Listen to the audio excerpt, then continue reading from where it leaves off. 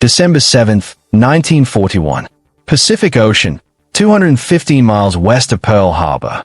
Dawn light spreads across calm water, turning the sea into polished steel. On the flight deck of the aircraft carrier USS Enterprise, CV-6, mechanics wipe oil from their hands while Douglas SPD Dauntless dive bombers warm their engines. Sailors expect another routine patrol. The war hasn't reached them yet, or so they believe. Commander George D. Murray stands near the island tower, binoculars raised. Enterprise has just completed a mission delivering Marine fighters to Wake Island. The crew is tired but confident. The United States is still officially at peace. Then the radio explodes with frantic transmissions. Air raid on Pearl Harbor. This is no drill. The words freeze the deck. Pilots rush toward aircraft. Ground crews scramble to arm planes with live ammunition. No one fully understands what's happening, but everyone feels it. Somewhere beyond the horizon, Japanese carrier aircraft are already striking battleships, airfields, and sleeping sailors. Enterprise launches her scouting planes into chaos. Some of them fly directly into the aftermath of the attack, mistaking American anti-aircraft fire for enemy resistance. Several aircraft never return. Smoke rises over Hawaii like a funeral signal. For the crew of Enterprise, survival begins with absence. While most of the Pacific Fleet burns inside Pearl Harbor, she is at sea, untouched, mobile, alive. Japanese planners believed they had crippled American naval power in a single morning. But they had missed something. They had missed Enterprise. And unknowingly, they had allowed the most dangerous American warship of the Pacific War to escape destruction. The sailors don't yet know the name history will give their ship. Soon, Japanese commanders will whisper it with frustration. The Gray Ghost. February 1st, 1942. North Pacific waters near the Marshall Islands. The sea is rough, gray swells crashing against the hull of USS Enterprise, CV-6, as she cuts through hostile waters at flank speed. Less than 2 months after Pearl Harbor, the United States Navy is wounded, outnumbered, and fighting for survival. But Enterprise is no longer running. She is hunting. Vice Admiral William F. Halsey Jr. stands rigid on the bridge, jaw set, eyes locked forward. His orders are simple: strike Japanese territory itself. Show the enemy, and America, that the Pacific Fleet still has teeth. Below deck, pilots gather around briefing maps lit by red lamps. Targets are circled in grease pencil: Japanese airfields and shipping at Kwajalein, Watya, and Malo Elap. Many of the aviators are barely out of training. They know the odds. Japanese forces dominate the Pacific. At dawn, engines roar to life. Dauntless dive bombers and TBD devastated torpedo planes roll forward one by one, disappearing into mist and low clouds. Sailors line the deck edges, watching silently as each aircraft launches into uncertainty. Hours later, radio reports crackle back. Bombs on target. Enemy ships burning. Airfields destroyed. It isn't a massive victory, but psychologically, it changes everything. For the first time since Pearl Harbor, American aircraft strike Japanese-held territory. Shock ripples through Japanese naval command. The Americans were supposed to be defensive, broken, cautious. Instead, Enterprise has appeared where she shouldn't exist. Japanese reconnaissance searches desperately for the carrier responsible, but she vanishes into the vast Pacific once more. Already, rumors begin circulating among Japanese officers. The American carrier destroyed at Pearl Harbor survived, and now it strikes without warning. Enterprise slips back into open ocean, untouched again, her silhouette fading into fog like a phantom warship. The legend has begun. April 18, 1942. 650 miles east of the Japanese home islands. The ocean is unnaturally calm, as if holding its breath. On the crowded flight deck of the USS Enterprise, CV-6, sailors stare in disbelief at aircraft that do not belong on a carrier. 16 Army bombers. Massive North American B-25 Mitchells sit wingtip to wingtip, their bulky fuselages stretching the limits of naval aviation. Carrier crews walk carefully between them, checking fuel lines and bombs strapped beneath their wings. These aircraft belong to the Army Air Forces, commanded by Lieutenant Colonel James H. Doolittle. Their mission sounds impossible. Launch from a carrier, bomb Tokyo, and continue west toward China. Enterprise's role is protection. She sails alongside the carrier USS Hornet, CV-8, whose deck carries the bombers.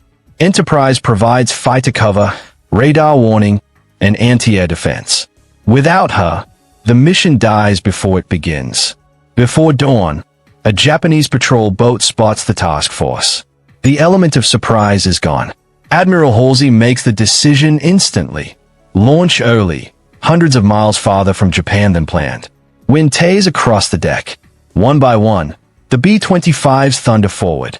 Each takeoff looks like suicide. Wheels skim the ocean before the aircraft claw into the sky. Sailors erupt into cheers mixed with disbelief. Hours later, explosions rock Tokyo. For the first time in modern history, the Japanese homeland is bombed by an enemy air force. The physical damage is small. The psychological impact is enormous. Japanese leadership realizes something terrifying. American carriers can approach undetected. The war is no longer distant. It has reached their capital. And once again, Enterprise disappears into the Pacific without suffering a single hit. Japanese commanders begin tracking reports of the same carrier appearing again and again. Always present, always escaping. They start asking a question that will haunt them for years. Why won't Enterprise die?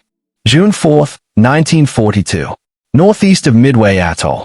The morning sky is streaked with high clouds as tension grips the bridge of the USS Enterprise, CV-6.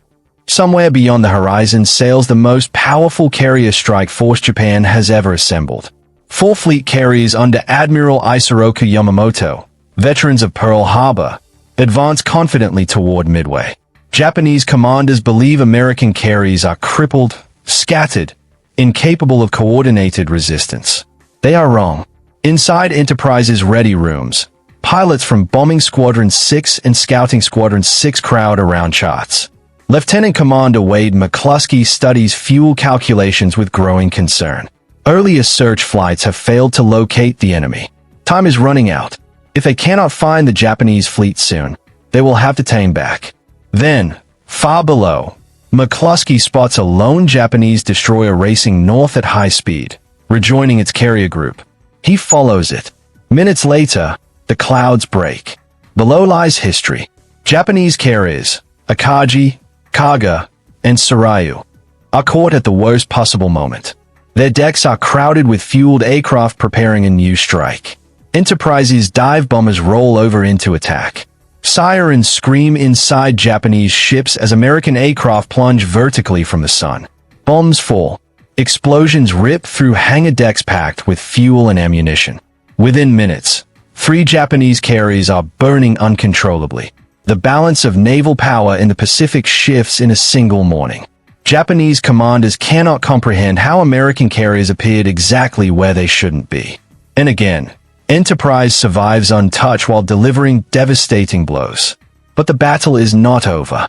The surviving Japanese carrier Hiryu launches desperate counterattacks. Soon, Enterprise herself will face the fury meant to erase her from the ocean forever. August 24th, 1942. Skies above the Solomon Islands. The tropical heat presses down on the deck of the USS Enterprise, CV-6. Below, Marines fight desperately for survival on Guadalcanal, clinging to a fragile foothold around Henderson Field. Whoever controls the island controls the sea lanes of the South Pacific. Enterprise is now the backbone of American naval power. Many other carriers are damaged, sunk, or under repair. Japanese intelligence believes the remaining American carriers are vulnerable, perhaps already finished.